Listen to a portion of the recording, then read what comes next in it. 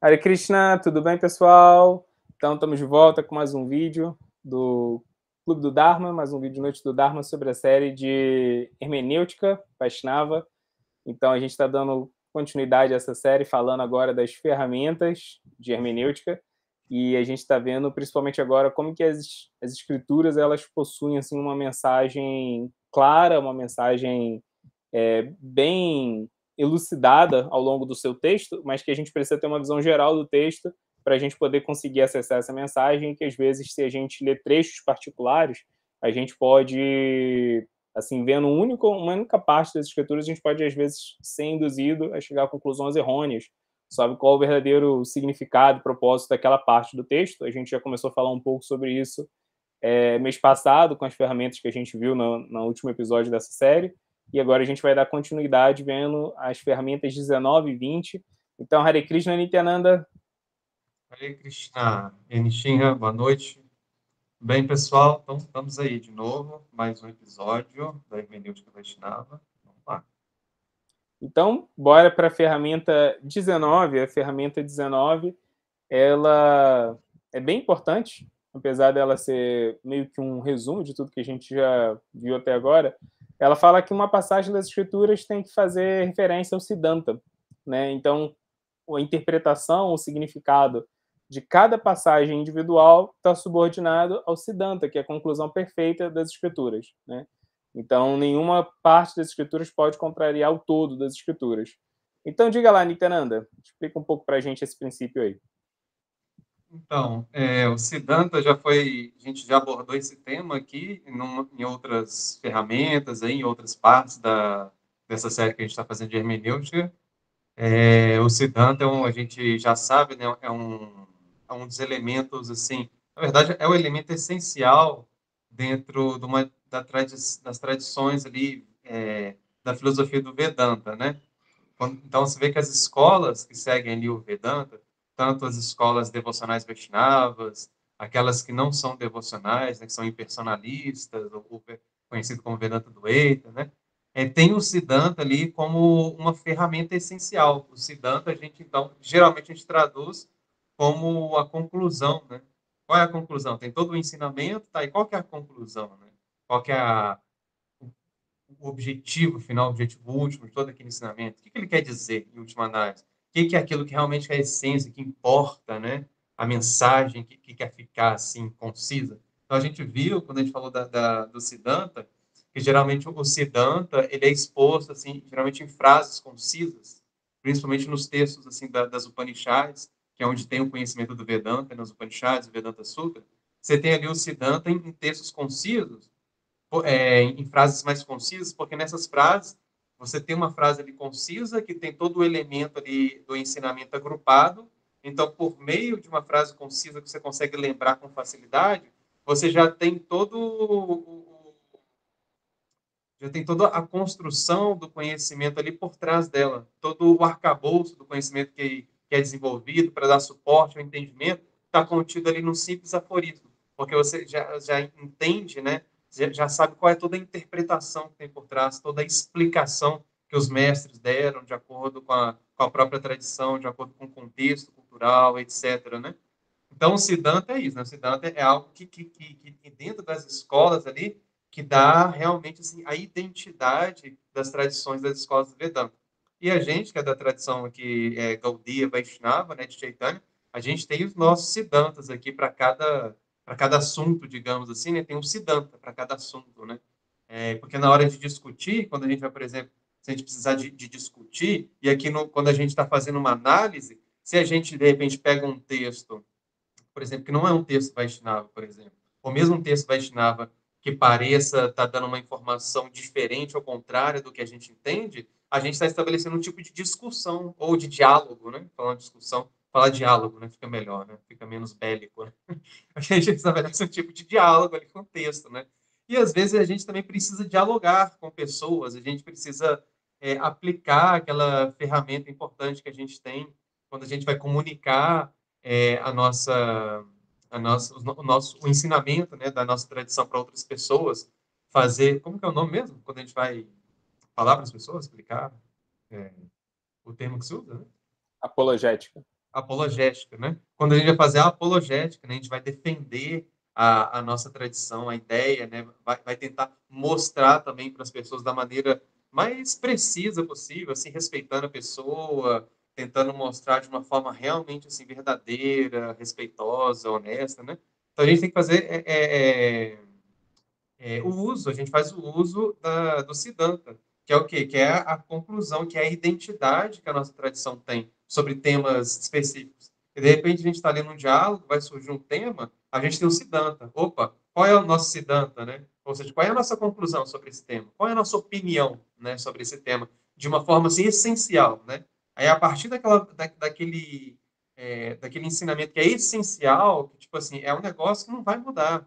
Quando a gente está falando do Siddhanta, a gente está falando de um negócio assim que está na esfera assim, de algo sagrado, né? Está lidando assim com a verdade ali, que a gente entende da verdade. É um negócio que vem passando por séculos e séculos assim, dentro da tradição, por todos os sábios, os devotos, os comentadores das escrituras aqui que deram esse legado para a gente, que é algo que foi o norte de cada assunto, de cada tema ali, que está nos ensinamentos assim que são vastos, tem um Siddhanta ali sobre cada tema desse, que dá um norte para esses sábios pensarem, dialogarem.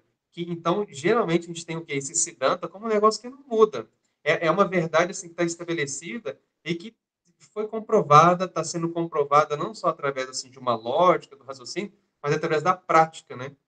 Os sábios, os devotos que alcançaram a perfeição na prática, eles têm o que? O Siddhanta como a base do ensinamento que promoveu a prática deles e que levou eles a alcançarem a meta última, né, que a gente chama de prayojana, né?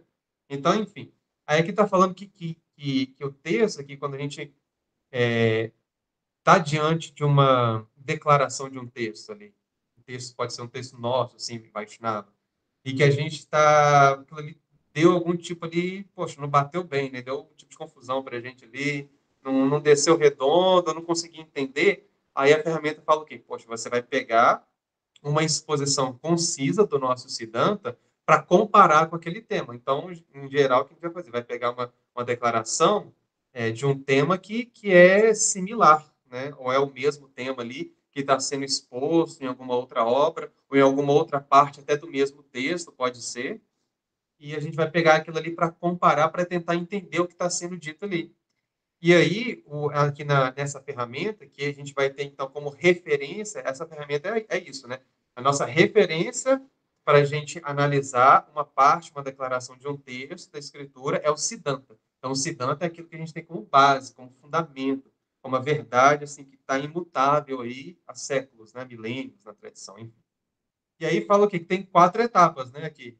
Aí fala, ó, primeiro passo é o seguinte: se a declaração que a gente está considerando ali para tentar entender, etc., ela for simplesmente uma reafirmação ou uma elucidação do Siddhanta, então a gente só precisa verificar se ela está falando de Sambandha, Abhideya ou Prayojana. Falando de Sambandha, né? Sambandha é o conhecimento ali que dá para a gente, que dá para a gente o acesso ao conhecimento, ao ensinamento, que conecta a gente com o ensinamento, né? Então, para a gente ter acesso àquilo que está sendo explicado no ensinamento, né, a gente precisa do conhecimento. Qual é o conhecimento? Qual é a informação, né, que a gente vai receber? Qual é essa bagagem de conhecimento? Então, isso é o Sambandha, que vai conectar a gente. Então, se está tratando de Sambandha, de explicar conceitos, princípios, etc., né, explicando a filosofia, teologia, está dando a explicação dos objetos, das coisas, então isso é Sambandha, explicação sobre a natureza da verdade, etc. Se está falando de a bideia é a prática. Então, se o verso que a gente está tentando analisar está falando de alguma prática, aí é que o exemplo que eles dão, aí igual Krishna fala para Arjuna, é somente pelo serviço devocional indiviso que eu posso ser compreendido como eu sou, né? Que é o que Krishna fala para Arjuna na Bhagavad Gita.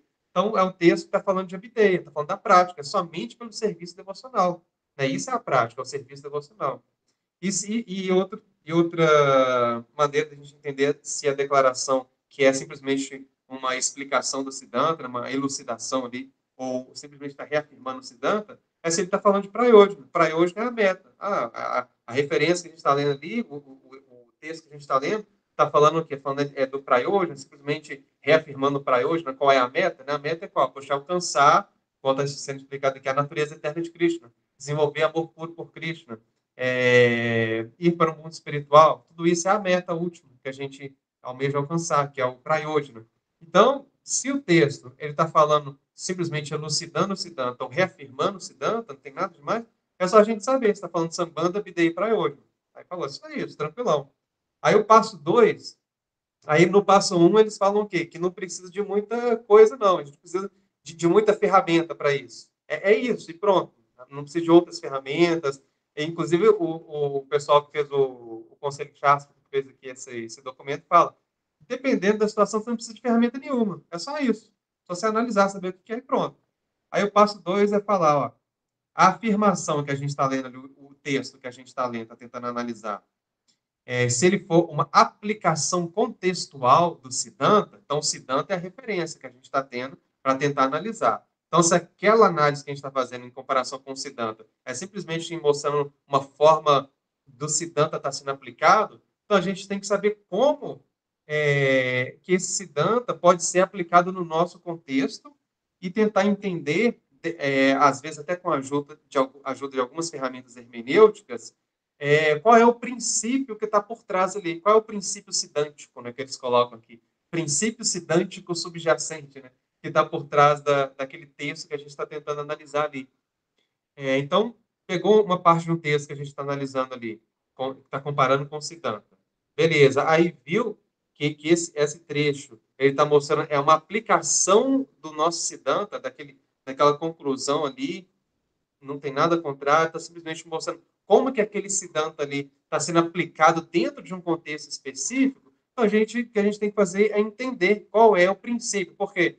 Porque o Siddhanta, às vezes, a gente pode ter acesso ao Siddhanta dentro de um modelo, assim, específico, como, por exemplo, a Bhagavad Gita. A gente pega ali o Siddhanta, como está sendo mostrado dentro do Bhagavad Gita, e de acordo com as explicações de Prabhupada, por exemplo. Então, tudo ali está sendo dito dentro de um contexto. O Prabhupada está falando para a gente dentro de um contexto, que vive numa época específica.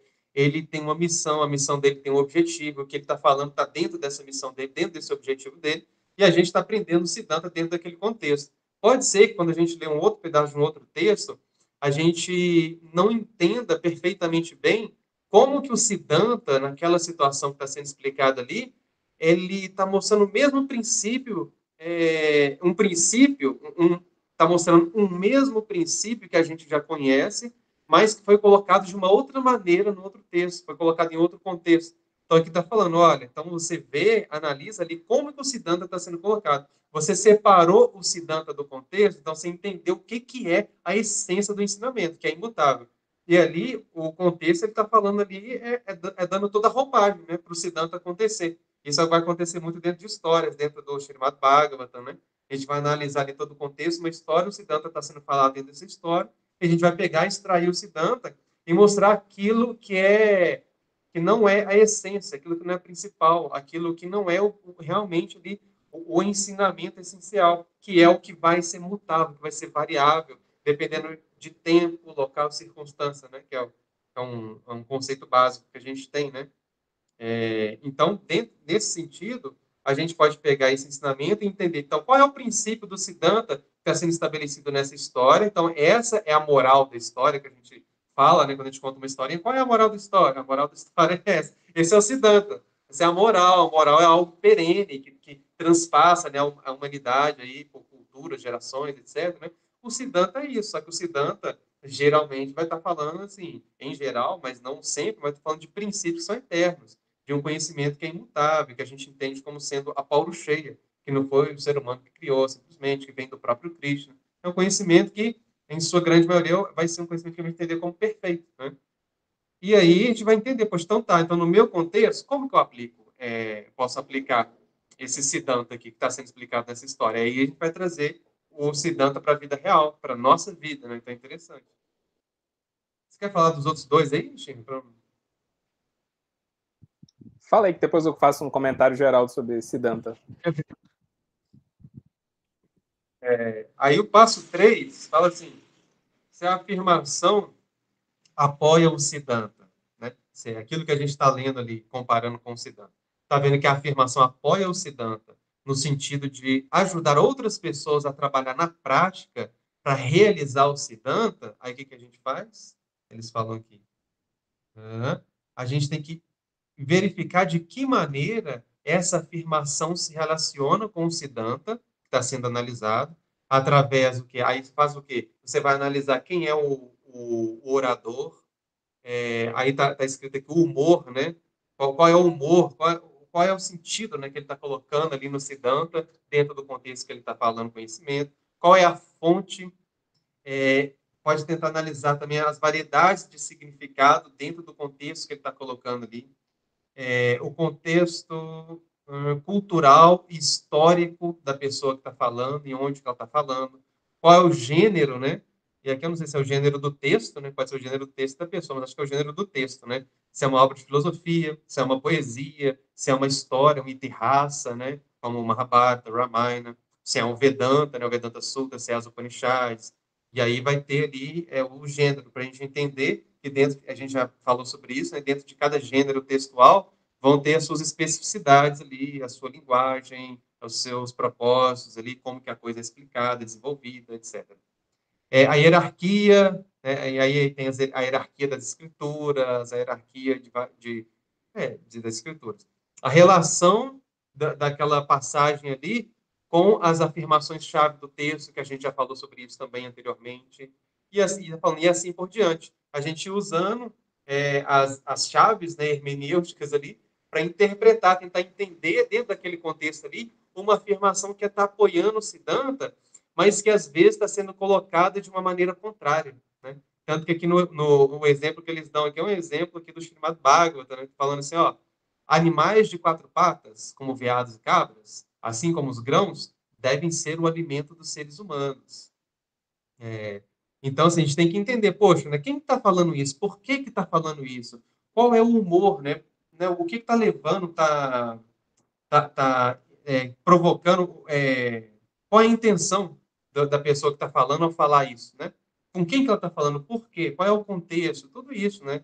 Qual é o texto, o gênero do texto, porque pode ser que ele está falando usando de ironia, pode ser que ele está dando uma explicação ali no meio de um contexto ali, porque quando a gente vê uma passagem dessa, assim, tirada do nada, falando, olha, os animais de quatro patas, como veados e cabras, assim como os grãos, devem ser o alimento dos seres humanos. Poxa, será que é para todos os seres humanos, né? Será que é para um tipo de pessoa específica, que está numa condição específica? Por que ele está falando isso? Será que ele está falando isso dentro de um sentido de verdade? Será que é uma pessoa que está falando dentro do texto para enganar outro, tentando justificar, por exemplo, o consumo de carne, com a matança de animais, falando que os animais podem servir de alimento? Então, a gente tem que entender, dentro do contexto, o que está acontecendo, né?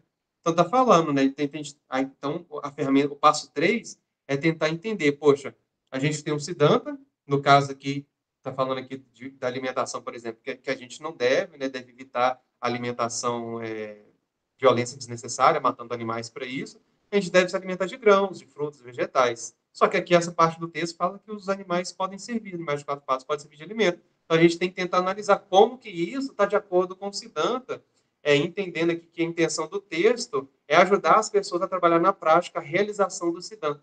Então, como que isso está sendo dito? Por quê? Para quem está sendo dito? Como? Em que contexto? Será que existe uma brecha, né, para a pessoa consumir carne? Não existe? Enfim, a gente tem que fazer esse tipo de análise para trazer o Siddhanta para a vida real, para o contexto mesmo, ali, tornar aquilo ali aplicável, tá falando? Trabalhar na prática a realização do Siddhanta, porque às vezes vai falar, poxa, uma pessoa, beleza, o ser humano não deveria se alimentar de animais, na melhor das hipóteses, mas os Vedas dão opções, né, dão ali brecha para quem ainda está numa situação que vai se alimentar de animais, fazer isso de acordo com o Shastra. Então, o Shastra tem uma injunção para a pessoa comer carne, tanto que é famosa essa passagem, que a pessoa vai lá recitar um mantra, né, vai oferecer aquela carne dentro de uma cerimônia, recitar um mantra no ouvido do animal, falando, nessa vida eu te mato, na próxima você me mata, né?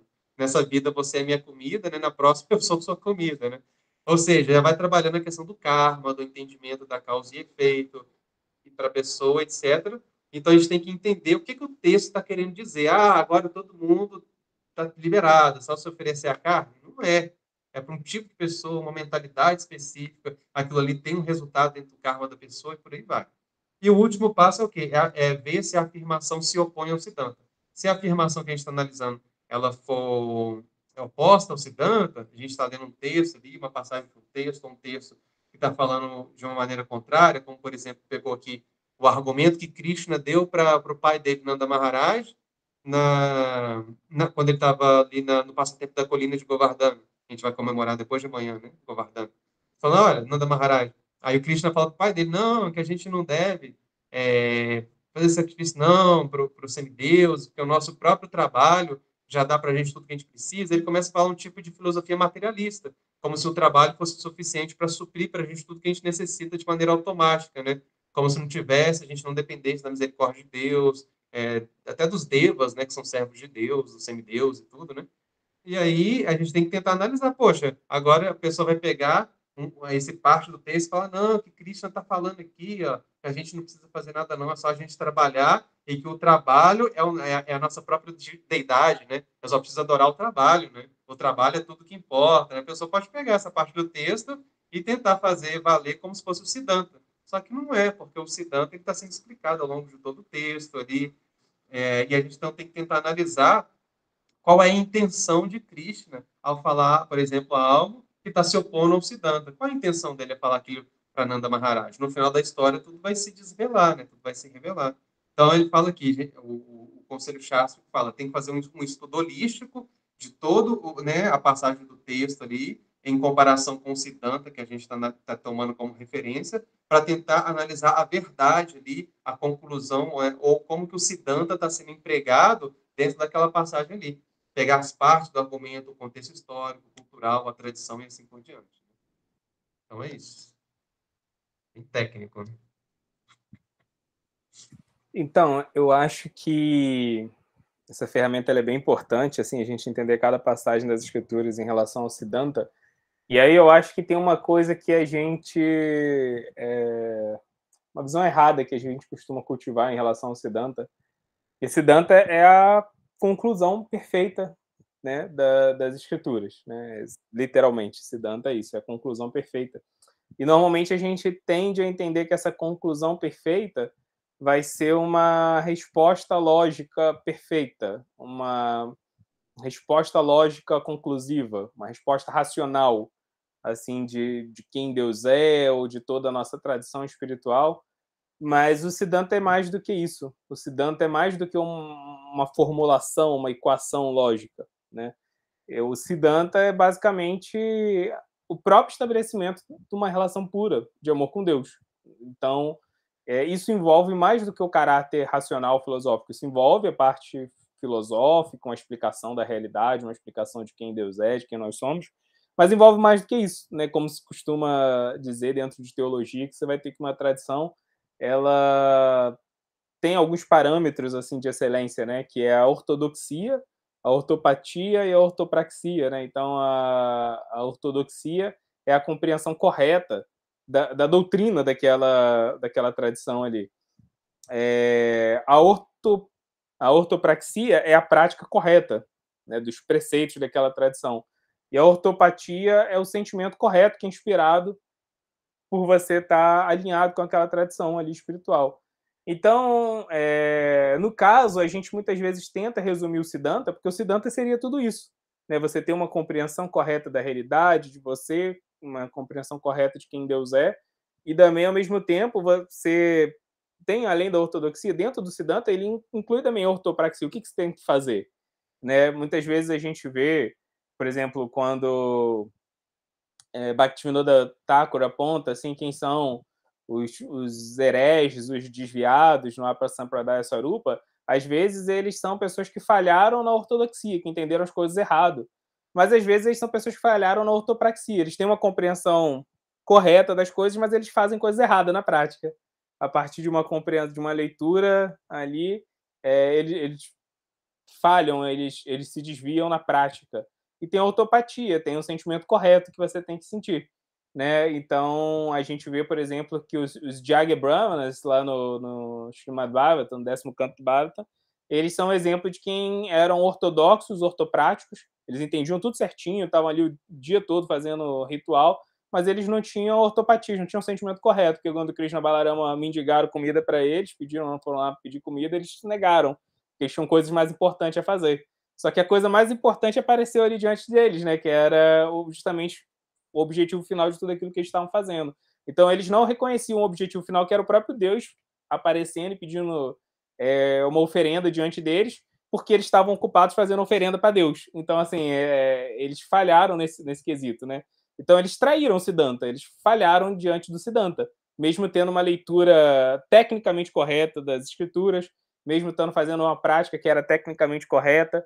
Então, até um teólogo que eu gosto bastante, que é o Francis Schaeffer, ele fala que não tem nada pior no mundo, nada mais feio, nada mais horrível e violento do que um religioso que é ortodoxo, mas não é ortopata, né? Que ele entende sua tradição, mas não desenvolveu um sentimento espiritual nobre, puro, a partir disso.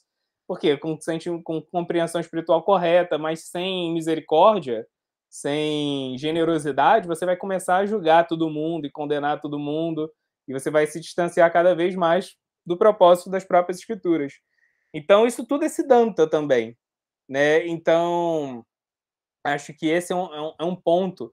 Muitas vezes a gente lê as escrituras querendo que toda parte da escritura dê para a gente uma explicação racional sobre algo.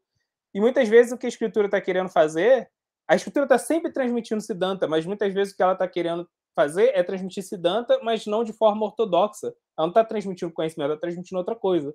Então, a gente vê no quinto canto do Bhagavatam, por exemplo, que tem uma longa descrição cosmológica. Muitas vezes a gente lê essa passagem do Bhagavatam como um manual de física mesmo, de cosmologia no sentido físico. A gente quer ali entender princípios de astronomia e resumir, né, assim, toda a visão física sobre a astronomia está contido nessa descrição cosmológica. Mas uma coisa muito interessante é que Vishwanath Chakravarti, quando ele vai comentar essa parte do Bhagavatam, né, que fala sobre cosmologia, ele fala assim que a intenção ali do Bhagavatam em falar de vários planetas com espécies de vida diferentes, características topológicas e climáticas diferentes, era mostrar que existe muita variedade na criação de Deus.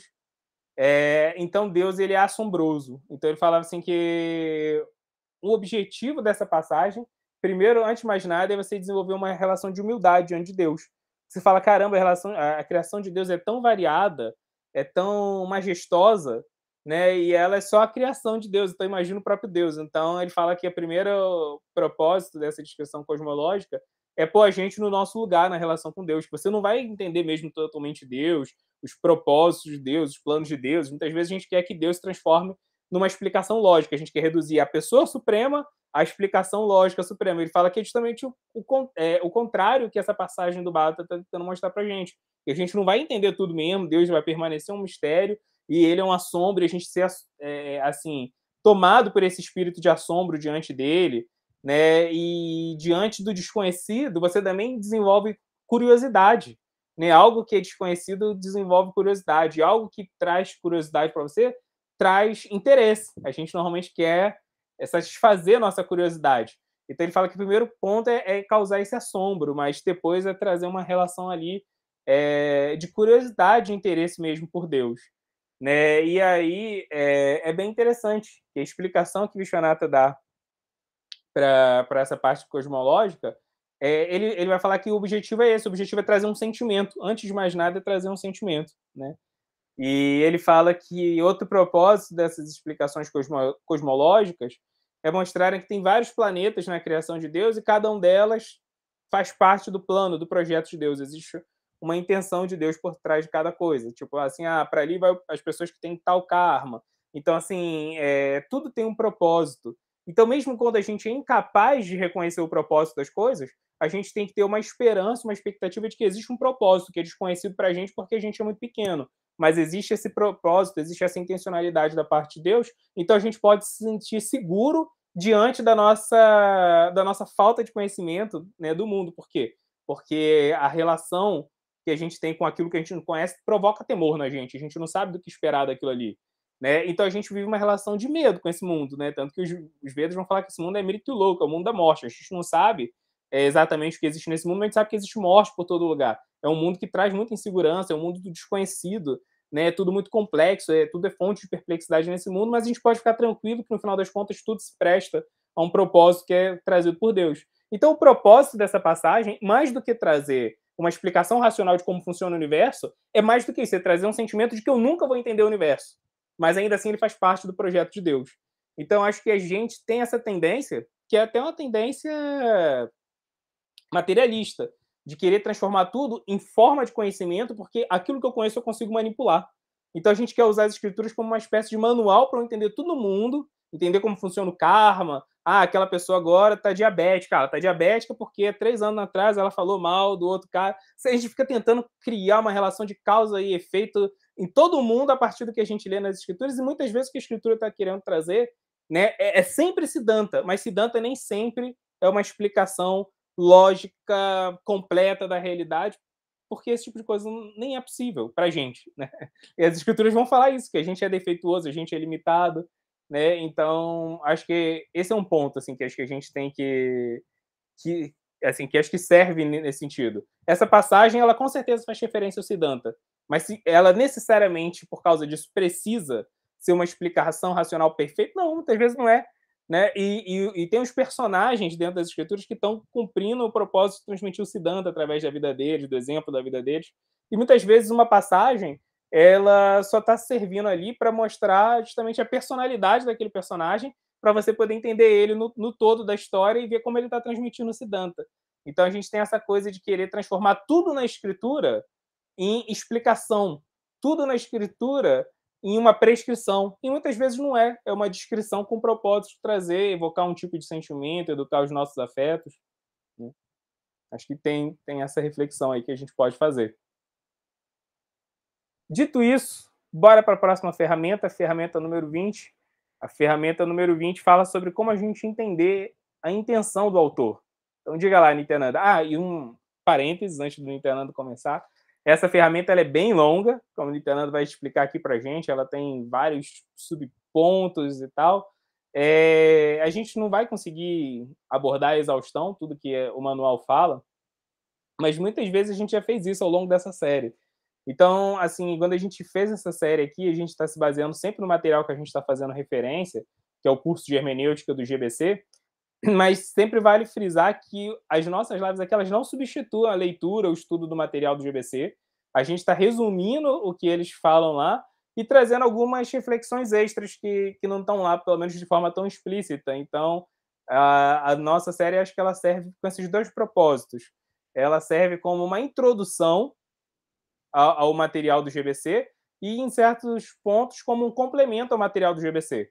Mas elas não são uma substituição de forma alguma. Então, pelo contrário, acho que o objetivo da série é fazer com que vocês vão lá e leiam também o material original, dialoguem com ele, que é muito rico e não tem como a gente capturar essa riqueza toda aqui na nossa série, tá bom? Então, bora lá, Nityananda. Feito o disclaimer, né? Então, realmente, essa ferramenta 20 aqui, ela é grande porque ela tem muitas explicações, porque é um negócio bem técnico mesmo, né? Enfim, a gente está numa parte, assim, realmente de aplicação prática, né? Então, envolve a questão da técnica, uma pessoa está fazendo uma análise do texto ali, e, assim, para quem é um especialista nisso, né? Isso aqui deve ser assim, nossa, a pessoa deve olhar para isso aqui e falar, uau, né? Muito legal, é isso mesmo. A pessoa já olha e já deve entender como um mapa, assim, mental, né? É isso mesmo, aplicar isso e tal, né? E por isso tem muitas explicações, né? De como você realmente chegar lá no texto e aplicar. Aí vai ter as explicações aqui de, ó, como que tal autor, de tal tradição, usou, por exemplo, esses critérios, por exemplo, que a gente vai falar agora aqui da ferramenta 20. Aí vai citar, poxa, mas tem esse autor que usou assim, falou assado. Aqui, por exemplo, a gente vai ter 3 exemplos aqui, né? Vai ter falando de 3 autores. Vai falar, olha, como que o Shankaracharya usou.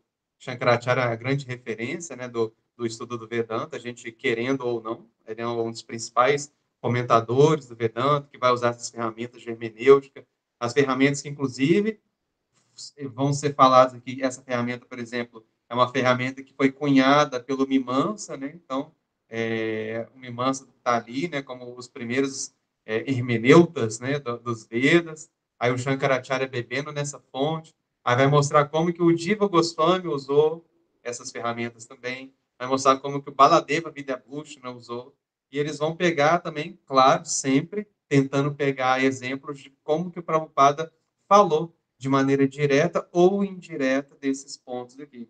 De forma alguma a gente vai falar de tudo isso aqui, a gente ficava aqui uma live para cada tópico desse aqui, né? Ou seja, seriam 6 meses, né? Já que é uma por mês. Então, vamos tentar falar um pouquinho, pelo menos, né? Uma pincelada aqui. Então, a ferramenta 20 fala assim, tem 6 critérios para a gente conhecer a intenção principal e a conclusão de uma obra. A conclusão a gente entende como sendo o Siddhanta, né? Qual é a conclusão da obra? Qual é o Siddhanta que vai ficar ali, né? Qual é a moral? Qual é o ensinamento, né? Conclusivo. Então, tem 6 critérios, né? Aí fala aqui, o nome em sânscrito é Tatparya Linga. Então, quais são, né, os 6 Tatparya Lingas? Número 1, ver o que é afirmado no início e no final de um texto. Né? Número 2, o segundo critério, é ver o que é repetido várias vezes no texto. Critério 3, qual é a coisa única ali que está sendo explicada no texto? O ensinamento ali do texto que é idiosincrático, né? Como a gente estava falando aqui antes de iniciar a live, né? Qual é o ensinamento ali que aquele texto vai apresentar ali como se fosse assim, de maneira inédita, né? Que dá, assim, que não tem outros textos, é naquele texto ali que está sendo falado. Qual é o critério 4? Qual é o resultado do conhecimento explicado no texto? Né? O que você vai obter com isso? O critério 5 é ver o que está sendo glorificado ao longo do texto.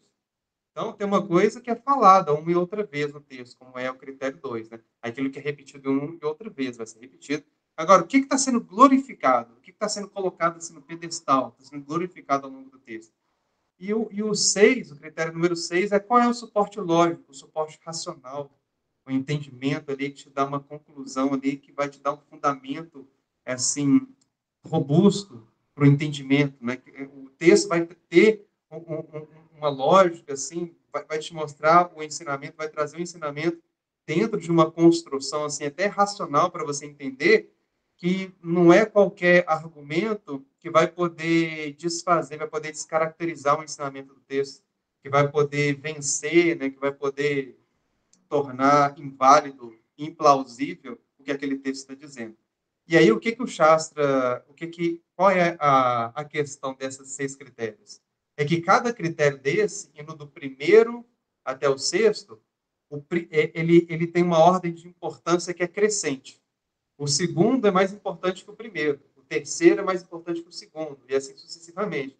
Ou seja, nessa hierarquia, o menos importante é aquilo que está sendo afirmado no início e no final do texto. O mais importante é o suporte lógico. Qual é a construção racional daquilo ali?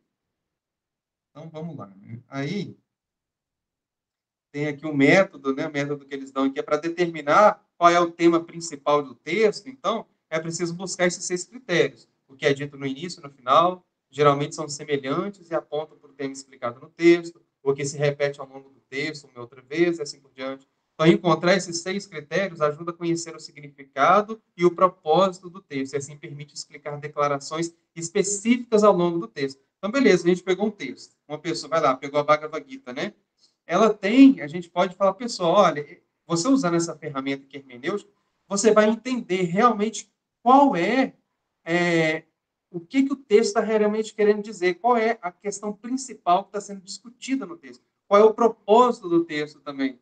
Então, você fazendo essa análise aqui, dá para você entender. Por quê? Porque a gente vê o que acontece. Várias pessoas, por exemplo, pegam a Bhagavad Gita e dão explicações assim pessoais para o Bhagavad Gita, tiram conclusões ali pessoais, formam inclusive filosofias, assim, tentam apoiar suas filosofias pessoais, tentando, baseando-se nos ensinamentos da Bhagavad Gita, né? Como se a Bhagavad Gita poder não pode, né? Se interpretar de qualquer jeito, mas como se realmente o que Krishna quisesse dizer nos ensinamentos dele fosse aquilo que aquela pessoa está querendo dizer com os ensinamentos dela. E pega as palavras de Krishna para apoiar esses ensinamentos, que muitas vezes são ensinamentos que destoam e até contradizem a essência daquilo que Krishna está querendo passar.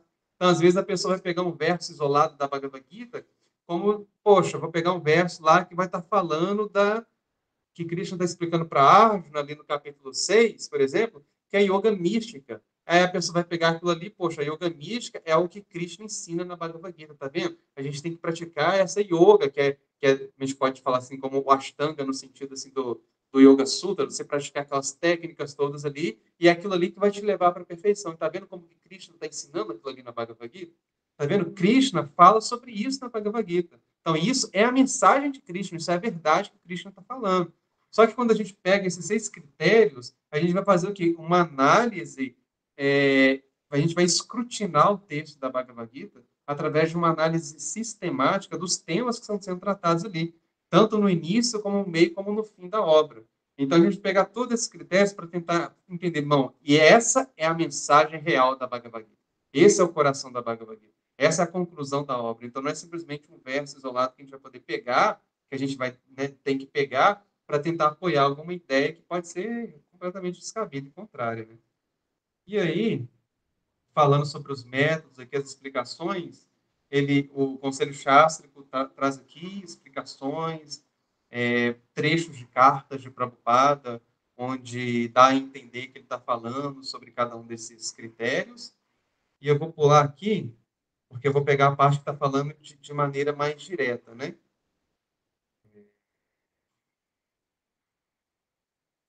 Aqui, os 6 indicadores de significado. Então, vou pegar aqui o Radhika Ramana,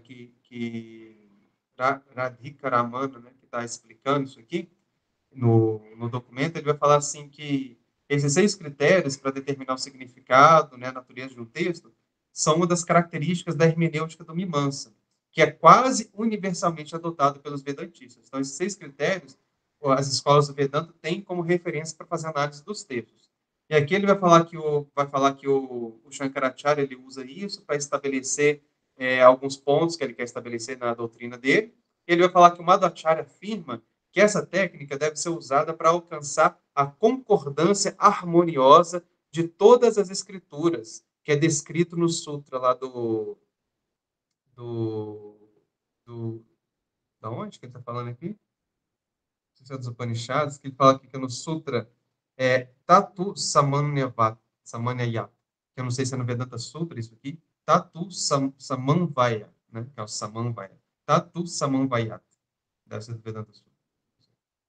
Que ele fala, então, que esses 6 critérios ele deve ser usado para tentar uma concordância harmoniosa de todas as escrituras. Então, eles vão falar aqui, poxa, que a ideia, então, da hermenêutica do Vedanta é a gente tentar harmonizar todos os Vedas, todas as escrituras, elas combinarem e apontarem para um significado último, para o Vedanta, né, para uma conclusão última que é harmoniosa. Então, não existe discordância entre elas. E vão ser aparentes contradições, né?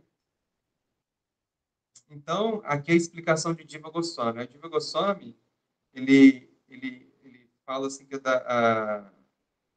ele pega aqui exemplos para falar, poxa, então, se eu estou tentando analisar a natureza do texto, qual é a mensagem do texto, qual é a conclusão última dele, então eu tenho que pegar, poxa, primeira coisa, o que está sendo dito no início e no final. Aí ele está dando como exemplo aqui o Bhagavata, né? Pô, a declaração de abertura do Bhagavata, está lá no primeiro verso, vai falar sobre a verdade absoluta, e a declaração final ele vai pegar lá no último canto do Bhagavata, no canto 12, né? Que vai ser um verso que vai estar falando basicamente da mesma coisa, vai estar falando, olha, eu ofereço minhas reverências ao Senhor Supremo, Hari, né?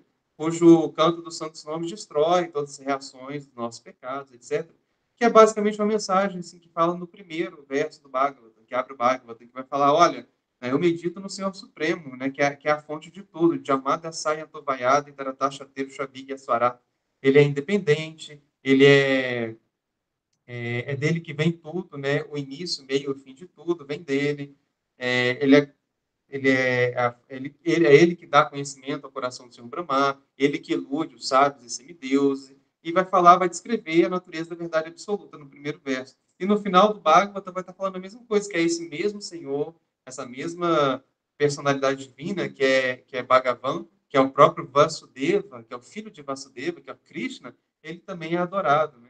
Então ele vai falar no começo e no início do Bhagavata, está sendo falado a mesma coisa, sendo falado ao mesmo tempo. Aí ele vai falar que existe uma repetição. Uma e outra vez está sendo repetido. Que o Senhor Hari é o controlador de todos os seres vivos, aniquila todos os pecados da era de Kali. Mas em outras literaturas, não existe essa glorificação dele de maneira constante. Então ele fala que a repetição, algo que está sendo dito uma e outra vez, está junto com aquilo que está sendo descrito de forma única no texto. A repetição é isso, é que Krishna aparece em suas inúmeras expansões em todo o decorrer do Bhagavata. Mas aquilo que está sendo apresentado de forma única no texto no Bhagavata é o fato de que a pessoa de Krishna está sendo estabelecida como a verdade suprema. Então ele coloca essas duas coisas juntos para mostrar que o texto, né, que esse ponto, esse critério, ele é facilmente encontrado dentro do Srimad Bhagavatam. Ele vai falar, poxa, o resultado, qual é o resultado? O resultado é que a gente chama de pala, né? Pala shruti, né? Qual é o fruto, né? Qual é o fruto de você ouvir? O que você obtém estudando o texto? O que você obtém ouvindo essas histórias, ouvindo o Krishna Katha, né?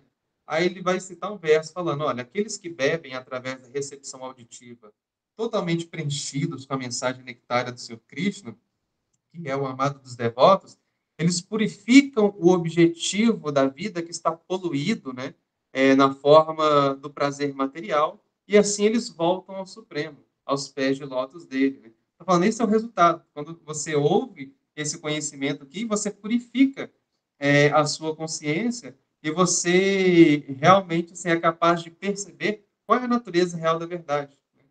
Aquilo ali vai causando uma transformação dentro de você. Você vai se sentindo atraído pela mensagem, e essa mensagem ela vai causar, o fruto dela é que ela vai transformar o nosso coração, mas não é geralmente, né, para gente em Kali Yuga, não é de uma hora para outra, né?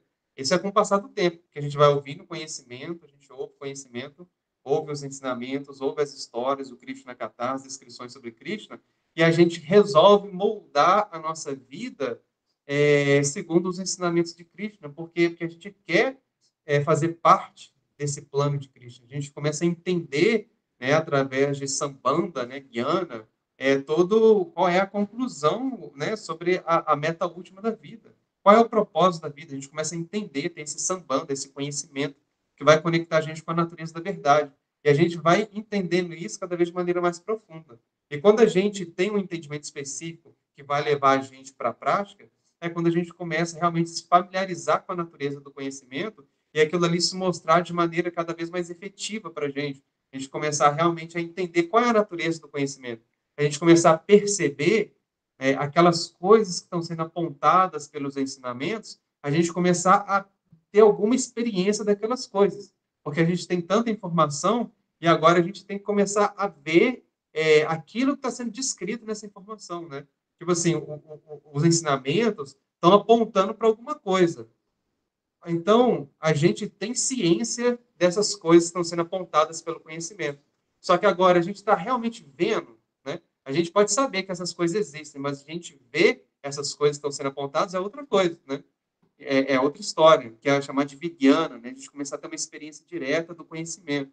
Então, tem o conhecimento, tá sendo, aquilo que está sendo apontado pelo conhecimento, e a gente começar, então, a ver aquilo que está sendo apontado pelo conhecimento. Né? Então, aí começa a ter esse resultado. Então, esse é o fruto real. O fruto real vai ser sentido através de uma prática. Então, o outro critério é o quê? Poxa, aquilo que está sendo dito no começo e no fim, aquilo que está sendo repetido várias vezes ao longo do texto, não é que foi falado só uma vez, a gente vai ver a Bhagavad Gita, vai falar várias vezes Krishna falando com a árvore ali sobre a importância da entrega, sobre a importância ali da devoção, né?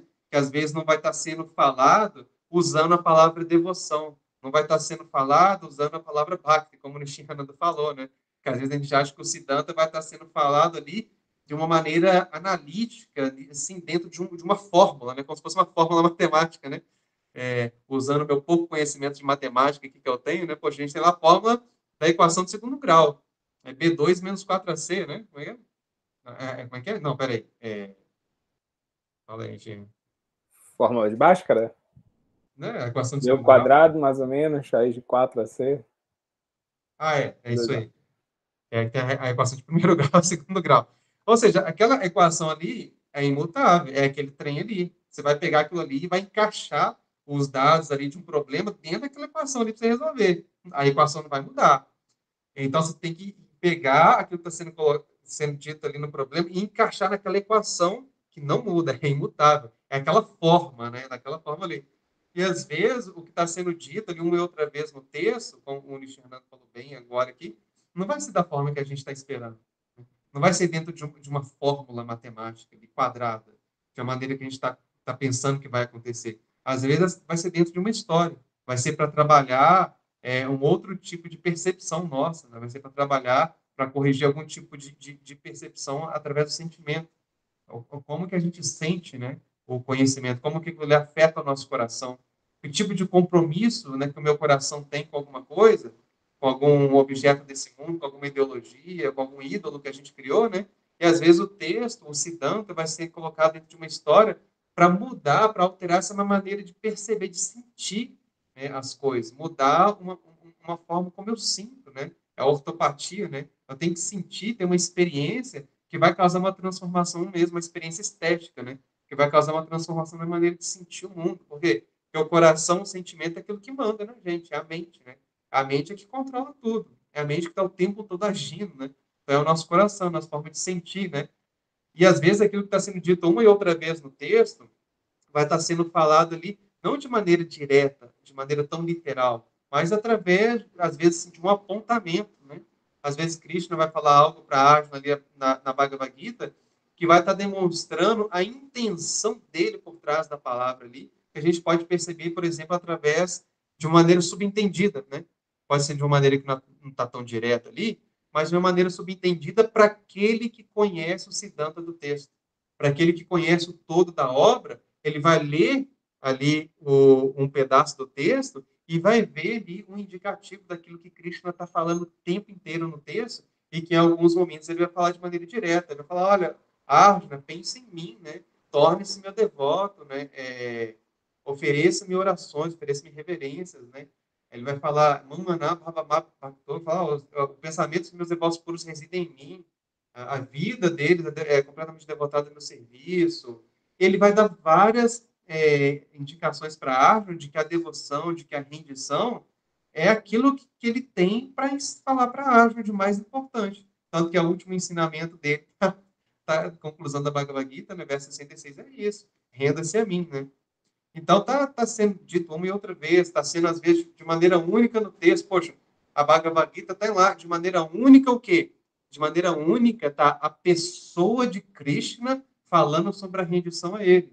Nas Upanishads, você não tem a pessoa de Krishna falando sobre a rendição a ele. No Vedanta Sutra, você não tem a pessoa de Krishna falando em primeira pessoa sobre a rendição a ele. Então, isso aí é um elemento único na Bhagavad Gita, um elemento especial, é idiosincrático, que dá uma identidade própria para o Bhagavad Gita, que você não vai ter nos outros textos. Quer dizer, vai ter no Srimad Bhagavatam, beleza, aí a gente vai ter. Mas os textos ali anteriores, dos Upanishads, e a Bhagavad Gita é um dos 3 textos ali do Prasthanatraya, usados como referência para o entendimento da filosofia Vedanta. E você vê que a Bhagavad Gita tem um elemento único devocional da pessoa de Deus falando sobre a rendição a ele. Então, por exemplo, esse é um ponto, que é um dos elementos, que é os 6 critérios que a gente tem que ter quando a gente vai analisar a identidade de um texto. Qual é a mensagem de um texto? Tem ali Krishna em primeira pessoa falando sobre a rendição a ele. É algo único que só tem na Bhagavad Gita. Então, isso não pode ser descartado em hipótese alguma. Então, aí depois vai falar, poxa, então tem o fruto, qual é o fruto de se ouvir a Bhagavad Gita, né? Aí no final lá da Bhagavad Gita, Krishna vai falar, né? Daqueles que me adoram com inteligência, que onde está Krishna e Arjuna, sempre existe moralidade, conhecimento, boa fortuna, né? Fortuna, riqueza, não lembro direito agora. Mas tem lá, tá falando no texto da Bhagavad Gita, no final tem o fruto, tá falando qual é o resultado, né, de você ter isso aqui. Tem que ter um resultado prático, né? Está explicando, né? É um ensinamento que ele tem um uso prático, ele fala, qual é o resultado de você fazer isso? É isso, você vai obter isso daqui, meu querido. E, então, é o fruto, né, que está sendo descrito aqui. E a declaração de louvor, o que é aquilo que é glorificado, né, no texto inteiro? Aí o Diva Goswami pega aqui, que no Bhagavata, o Diva Goswami diz, para aquela personalidade a quem Brahma, Varuna, Indra, Rudra e todos os semideuses, né, elogiam, qual é aquela personalidade, né, que os semideuses elogiam, cantando hinos transcendentais, recitando os Vedas, os seus corolários, os Upanishads, e a quem eles cantam sempre, a quem os cantores do Samaveda estão sempre cantando, a quem os yogis perfeitos veem em suas mentes, em seus corações, depois de entrarem no transe místico, que se absorvem nele, aquele cujo limite nunca pode ser encontrado por nenhum semideus ou nenhum assura, nenhum demônio. Esse Senhor Supremo, a personalidade suprema da divindade, é a Ele que eu ofereço as minhas reverências. Então, esse é o louvor. Quem está sendo reverenciado no Bhagavatam o tempo inteiro? Está lá sendo escrito. É Krishna, é Hari, né? É o próprio Senhor Hari, é o próprio Senhor Krishna, né? É o próprio Senhor Vasudeva que está sendo louvado o tempo inteiro. Então, isso é um outro critério, é um critério mais importante ainda. Além de todos esses critérios que foram ditos antes, se você tem aquilo que está sendo louvado, glorificado no texto, é, isso é ali, isso expõe a natureza do texto, expõe a identidade do texto. Poxa, beleza, que tem um tema que está sendo falado no início e no fim do texto. Mas o que é aquilo que está sendo de maneira assim, abertamente glorificado? De maneira devida, né? Então, assim, está sendo falado por todas as letras que isso aqui é aquilo que existe melhor, é aquilo ali que realmente que eu me devoto, que eu glorifico, né? E você vê a Arjuna falando isso para Krishna, na Bhagavad Gita, lá no capítulo 11, né? Ele fala, Krishna, me desculpa, né? Ele presta reverências, presta orações, fala, olha, nem os semideuses, nem os sábios conhecem a extensão da sua grandeza, né? Você está além de todos eles, porque todos eles né, se ele faz glorifica você, mas Arjuna pede lá desculpa e glorifica, peça reverências de todos os lados, reverências aqui e acolá e tal, e Arjuna vai lá e glorifica, né? Qual é o objeto de glorificação da Bhagavad Gita? É o próprio Krishna, né? E aí, a última coisa é o raciocínio, né? Aí o raciocínio, ele fala que o raciocínio lógico, ou argumento, né, o papate, ele é fornecido através do Bhagavatam, nesse verso que ele fala, por objetos físicos, como a inteligência, ou pelo seu próprio eu, né, seu próprio Atma, ou através de características, ou por argumentos que levam a pessoa a fazer inferências. Bhagavan, que é o próprio Senhor Hari, ele é percebido em todos os seres como o vidente, né? Então, ele está falando ali que o Senhor Supremo ele pode ser compreendido, inclusive, aí o Diva Goswami vai falar, por argumentos que geram inferência, né? Que é através da inteligência. Aí o Diva Goswami fala o seguinte, que se alguém puder mostrar que um determinado ponto de vista leva a uma posição que é logicamente insustentável, então esse ponto de vista deve ser rejeitado. Então ele está falando aqui, interessante que está falando dentro de um contexto, aí a gente tem que também entender o contexto da aplicação do Diva Goswami. Ele está falando dentro de um contexto de aplicação onde ele tem que defender, né, fazer ali a sua hermenêutica, para defender a filosofia Gaudiya Vaishnava no contexto de debate com as escolas do Vedanta. Então ele está colocando ali, olha, né, e ele está mesmo pegando essa ferramenta que é do Mimamsa e falando, olha, então eu tenho que defender a fé Vaishnava de uma maneira racional, de uma maneira logicamente sustentável e robusta, porque dentro de um debate eu não posso deixar que a comunidade assim de pensadores, né, apresentem um argumento e assim torna inválida aquela compreensão que a gente, que é do Gaudiya Vaishnavismo, está tentando estabelecer sobre a verdade absoluta, como, por exemplo, hoje a gente está tentando estabelecer a supremacia, ou como sendo assim, a pessoa de Deus, a personalidade, a identidade pessoal de Krishna, como sendo o elemento, assim, o suprassumo de toda a compreensão védica. Imagina agora se eu não consigo defender isso dentro daqueles que são, entre aqueles que são os pensadores, que são responsáveis por estabelecer as filosofias dentro do pensamento da cultura onde eu estou inserido. Então ele tinha que debater com essas mentes, que eram mentes assim brilhantes, que eram mentes assim, de personalidades que estavam devotadas a filosofar sobre o Vedanta, né? Imagina a dificuldade, né, que ele tinha em enfrentar fazer isso. E colocar ali o Siddhanta Vaishnava, que era novo, o Siddhanta Gaudiya Vaishnava era novo. O Siddhanta Gaudiya Vaishnava, não o Siddhanta Vaishnava de Madhvacharya, etc. Mas o Siddhanta Gaudiya Vaishnava era novo. Diva Goswami entrou ali como um novo representante daquela filosofia ali, entre aspas, né, nova, aquela nova interpretação, a nova hermenêutica que ele estava trazendo a partir dos ensinamentos chaitânicos. Imagina ele ter que fazer isso diante de uma comunidade de sábios, de pensadores que estavam fazendo isso há décadas, há séculos de tradição ali, mais ou menos assim estabelecida, com os mesmos pontos, etc. Então ele está falando, olha, eu tenho que mostrar isso aqui com uma firmeza lógica e sustentar isso de tal forma que quando eu falar, eles não vão ter o que dizer, basicamente. Eles não vão conseguir derrotar os meus argumentos. E é engraçado que esse ponto aqui, que é o ponto 6, a critério 6, que é o raciocínio lógico, e dentro desses 6 critérios, ele é considerado o mais importante. Então, eu nem vou falar muito aqui, não, vou deixar para o Nishin Hananda falar. Não só sobre isso, né? Sobre tudo.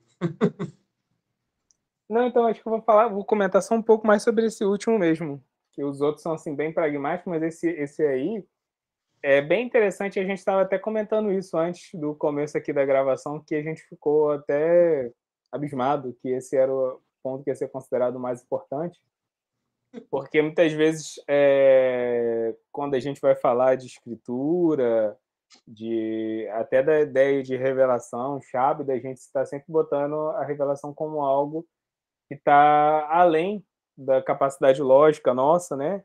E as escrituras, elas são principalmente porta-voz desse Shabda, dessa revelação que transcende a nossa cognição, transcende a nossa capacidade lógica. E muitas vezes isso gera um desdém, uma espécie de desprezo nosso com o raciocínio lógico. Mas o fato aí desse Upapati, essa reflexão lógica, né? Ser posto aí como o principal item hermenêutico dessa ferramenta, ela é bem interessante para mostrar que, na verdade, assim, a revelação ela transcende a lógica, mas isso não significa que ela vai ferir a lógica, né? Então, assim, o Papati, ele é um termo do Mimamsa, todos esses pontos aí são pontos do Mimamsa, né? O Nityananda comentou, e o Papati, upa é quase, né? Upa, esse prefixo upa significa quase. E Pati é uma estrutura que tem no Vastu Shastra, né, que é aquela ciência védica da arquitetônica, né? Então, o Pati, ele é uma coisa assim que serve meio que para amarrar, assim, tipo, para dar congruência para a construção. Então, você tem lá as pilastras e você tem que garantir que todas as pilastras fiquem no mesmo eixo. Então, isso é um tipo de Pati, por exemplo. É uma coisa que garante que todas as estruturas vão estar conectadas entre si e uma estrutura não vai causar uma descompensação em outra estrutura. Todas elas vão se manter uma espécie de coesão, sabe? Então, você pode botar umas vigas lá, sei lá, não entendo nem de arquitetura nem de vastas, mas a ideia de Pati é isso, né? E aí, o Papati é isso, significa que tipo, a inferência lógica, ela é quase o elemento que garante a congruência, a coesão das escrituras. Por quê? Porque a lógica, na verdade, ela é o fato desse universo ser equipado de um princípio lógico e o fato da gente ser equipado também com a capacidade de fazer reflexões lógicas, isso é uma demonstração de que essa lógica ela existe em Deus. E mais do que isso, significa que ela é um elemento assim importante para Deus, que Deus cria a partir da lógica, né? Que Deus faz coisas, opera com lógica. A gente não consegue ter acesso completo à lógica de Deus, mas a gente consegue, a partir da nossa observação desse mundo, ver que as coisas nesse mundo elas existem a partir de um princípio de lógica. A gente, inclusive, vai validar a nossa leitura das escrituras. A gente vai até, por exemplo, selecionar qual escritura é mais relevante do que outra, principalmente através de lógica, né? Por que foi que a gente foi assim atraído por um argumento apologético? Por que a gente achou que a Bhagavad Gita fazia sentido? Porque ela fazia sentido, né? Justamente por causa disso, porque ela fazia lógica, ela atendia às expectativas lógicas que a gente tem, né? Então, o Shankaracharya vai falar isso no comentário dele, é o capítulo 18, e é interessante que a gente, né, ouve o nome Shankaracharya, a gente já sente uma aversão, uma repulsa, mas os acharyas Vaishnavas não são assim, eles respeitam muito o Shankara, porque ele é um baita de um hermeneuta das escrituras, apesar dele discordar do Siddhanta em relação a gente, ele tem muita coisa que é relevante pra gente, muita coisa, inclusive, que os acharyas Vaishnavas que vieram depois dele se apropriaram para aplicar numa leitura Vaishnava das escrituras. Então, Shankara, num dos comentários dele do capítulo 18 do Bhagavad Gita, ele vai usar esse princípio de Upapati. Então, ele vai falar assim, por que a gente acredita nessas coisas que o Krishna está falando aqui? Porque a gente vê essas coisas e elas são revelações. São coisas que a gente não ia chegar nessa conclusão sozinho. A gente precisou que Krishna falasse elas pra gente. Mas uma vez que Krishna fala, faz sentido, né? Então, essas coisas elas atendem à nossa expectativa lógica. O contrário não seria verdade. Pelo nosso mero raciocínio lógico, a gente não chegaria a elas. Mas uma vez que elas nos foram reveladas, a gente consegue analisar elas pela lógica. E elas atendem às expectativas lógicas que a gente tem. Entende? Então, é isso. A revelação ela transcende a lógica, no sentido de que ela traz para a gente uma informação que meramente através do exercício lógico a gente não alcançaria. A gente precisava de uma ajuda supramundana, a gente precisava que o próprio Deus trouxesse esse conhecimento. Então, a gente não vai, por exemplo, saber que no mundo espiritual existem as raças, a não ser que alguém do mundo espiritual venha e demonstre isso para a gente. Mas uma vez que essa revelação é feita para a gente, uma vez que Deus desce, Krishna desce com o seu séquito e mostra, ó, isso aqui é uma demonstração de que tem no mundo espiritual, lá tem as raças, lá tem as relações. A gente consegue refletir sobre isso, falar, então por isso que nesse mundo as relações são isso, elas são uma sombra, um reflexo do que tem no mundo espiritual. Por isso que as relações nesse mundo são corrompidas, porque elas se distanciam das relações no mundo espiritual desse e daquele outro jeito. Então, assim, Deus vem e demonstra a verdade que é incognoscível para a gente, mas quando ele demonstra isso, isso se torna fonte da nossa reflexão. A gente pode partir, né, da revelação de Deus raciocinar sobre isso. E aí Shankara fala, olha, se a Bhagavad Gita falasse que o fogo ele esfria ao invés de queimar, a gente ia falar, esse livro ele é uma alucinação, ele é loucura, né? E a gente ia rejeitar a Bhagavad Gita. Ou então a gente ia entender, esse trecho ele é metafórico. Por quê? Porque ele fala, mesmo as escrituras, mesmo a revelação, elas têm que obedecer a um princípio de realidade, né? Então, quando as escrituras elas não estão obedecendo esse princípio da realidade, significa que aquela passagem das escrituras ela é metafórica, né? Porque a realidade também faz parte da criação de Deus. É Deus que revela a realidade, como a gente experimenta, né? É o mesmo Deus que revela aquela realidade que é supramundana, que traz a revelação do que, né, de como o mundo espiritual opera e tudo, é o mesmo Deus que cria essa realidade. E ele cria essa realidade com o mesmo propósito pedagógico, para ensinar coisas para a gente, né? E a gente, assim, acredita nesse mundo porque a gente acredita que existe um mundo porque a gente está vivendo nele, a gente está interagindo com ele, né? E aí a gente não pode, assim, trair esse princípio da realidade na nossa leitura das escrituras. É esse ponto que Shankara traz, né? Então faz sentido esse Papa, faz sentido essa reflexão lógica. E aí um ponto que eu acho que é interessante é que quando às vezes a gente lê as escrituras, a gente lê aplicando a lógica, isso tem que ser entendido dessa forma, né? Muitas das coisas que a gente tem na nossa tradição, elas não vêm diretamente das escrituras, elas vêm desse Papa. Por exemplo, uma coisa que é bem famosa nas nossas escrituras é o princípio de Kalpabeda. Kalpabeda significa, os Puranas eles têm descrições diferentes do mesmo passatempo. Por que que o mesmo passatempo é descrito de várias formas distintas? Então, uma coisa que os acharyas chegaram e falaram o seguinte, Kalpabeda, né? Em cada kalpa, assim você vai ter coisas diferentes. Em cada era, em cada vez que Deus vem nesse mundo, ele faz as mesmas passatempos, mas de um jeito diferente. Então, é Kalpabeda, é diferença de era. É isso que eles falaram. O meu passatempo está sendo descrito diferente, por quê? Porque Deus veio. Isso não está nas escrituras. Em nenhum lugar dos Puranas, os Puranas vão falar que eles estão descrevendo o mesmo passatempo de um jeito diferente. Isso foi uma leitura que os acharyas trouxeram, né? Então, assim, foi aplicação de lógica ali para poder tentar manter a congruência, a coerência das escrituras. Agora, lógica, ela também não é dissociada de outras coisas, né? A lógica, por exemplo, ela está intimamente ligada ao quanto a gente conhece sobre o funcionamento do mundo, né? Quanto mais a gente conhece sobre o funcionamento do mundo, mais rígida, rigorosa, né? Assim vai ser a nossa lógica. Então, a gente pode, por exemplo, numa época que a gente não sabia sobre a existência de germes, a gente podia fazer um raciocínio muito lógico sobre causa e efeito do porquê as pessoas ficavam doentes, mas era falho, porque as pessoas não sabiam que existiam germes, que é uma coisa muito nova. A gente sabe que existiam germes há pouquíssimo tempo, assim, isso é uma coisa bem nova na história da humanidade, saber que existem micro-organismos lá que fazem mal para a gente, ou que fazem bem também. Então, assim, até pouco tempo atrás, as reflexões médicas que a gente fazia, elas tentavam seguir uma lógica ali de causa e efeito, mas elas ignoravam um componente muito importante na realidade que a gente não conhecia. Então, a nossa reflexão sobre a realidade, ela obedece também ao conhecimento que a gente tem da realidade. E obedece a outros fatores culturais e tudo mais, né? Então, assim, quanto mais ao longo da história da humanidade, mais a gente vai acumulando conhecimento, mais rígida vai se tornando a nossa reflexão lógica, talvez mais seriamente essa reflexão lógica ela entre em conflito com aquilo que a nossa tradição acreditava das escrituras, né? E aí o que a gente pode fazer? A gente tem dois caminhos a seguir a partir disso. Um deles é simplesmente descartar a lógica, jogar fora a lógica, já que ela está entrando em conflito com aquilo que a gente tem de mais sagrado, que é o Siddhanta. Então a gente pode jogar a lógica fora e ficar com o Siddhanta. E isso é o que a gente muitas vezes tem feito. Ou então o que a gente pode fazer é o seguinte: se agora a lógica está desafiando o Siddhanta, significa que eu tenho uma leitura mais profunda que eu posso fazer do Siddhanta. Então agora eu tenho que olhar para as escrituras com mais cautela, olhar buscando inspiração ali da mente de Krishna, mas tentar fazer uma outra leitura das escrituras que agora permita com que eu continue atendendo às escrituras sem ferir o princípio da realidade a partir disso, né?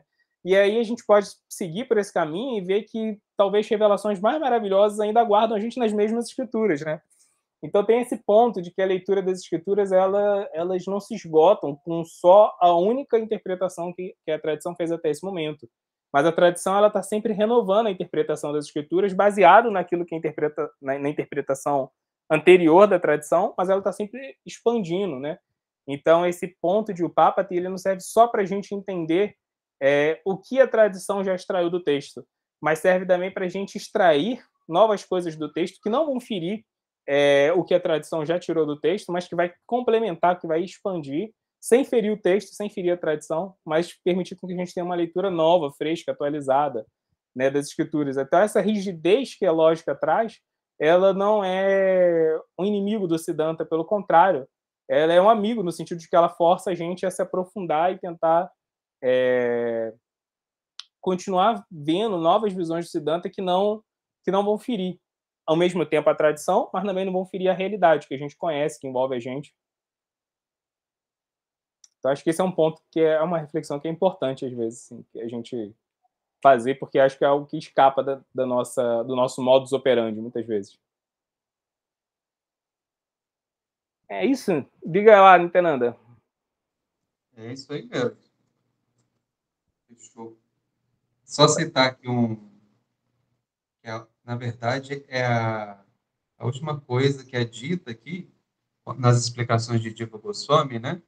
Aí fechou aspas no que o Diva Goswami falou. Aí o pessoal do Conselho Shastra fala assim: demonstrar a harmonia das escrituras é, obviamente, uma das principais tarefas da hermenêutica vedântica. E os 6 indicadores de significado descritos acima desempenham um papel importante para alcançar esse objetivo. Legal, né? Exatamente isso aí. Você falou um pouco sobre isso, né? De manter todos eles coesos, né? É bem legal isso mesmo. Então é isso que a gente comentou. Não dá para esgotar esse tema numa breve discussão. A ideia foi aqui só semear, na verdade, a reflexão, mas é uma reflexão para ser bem amadurecida. Então acho que é isso, né, pessoal? Então vamos ficando por aqui. Tem mais algum último comentário para fechar? Não tem nada. Não, assim, que se a gente for começar a falar aqui, Aí não acaba mais, né? acho que é isso aí, né? Então a Legal. gente volta no próximo episódio da série de hermenêutica. Temos bastante ferramentas ainda para ver. E acho que é isso, né? Uma última, se pudesse sintetizar o nosso conteúdo, nas reflexões, numa única frase, eu acho que é isso. As escrituras elas têm mais para trazer para a gente do que uma mera explicação lógica das coisas, mas a lógica ela continua embutida em toda a reflexão que a gente faz das escrituras. Então, acho que é isso. Acho que esses dois parâmetros a gente nunca pode perder de vista. As escrituras têm mais para trazer do que a gente do que mera lógica, mas a lógica sempre está dentro das reflexões das escrituras também. Tá bom, então, pessoal? Então, vamos ficando por aqui. A gente está fazendo essa gravação agora. Eu não sei quando que ela vai para o ar, se editada, vai para o ar, mas, e nem sei quando vocês vão estar assistindo. Sim, não, que depois da manhã eu É isso que eu estava lembrando, né? Mas se tudo der certo e ela for antes do Govardhana, não percam, essa semana tem Govardhana na terça-feira e tem Desaparecimento de Prabhupada também, que eu não lembro agora se é sexta ou sábado, é por aí. Quinta? É quinta. É quinta, então. Sabia que Na sexta, um dia depois, no calendário Vaishnava, eu dessa Puja Charadeva. também. A gente aqui, então, acho que Em alguns lugares, talvez o pessoal se aproveite que tem um feriado estrategicamente posicionado na quarta-feira. Aqui em Sorocaba, a gente vai fazer a nossa comemoração de Govardhana na quarta-feira, que é mais fácil, assim, né? Então, talvez, perto do lugar onde vocês moram, talvez façam a mesma coisa. Então, fiquem de olho aí no calendário. A gente vai comemorar Govardhana na quarta e Prabhupada no sábado, né? Mas, normalmente, os tempos comemoram no dia mesmo, são certinhos, né? Mas aproveitem aí. Mesmo terça é legal, porque quarta é feriado, então dá para ir relaxado pro festival depois do trabalho.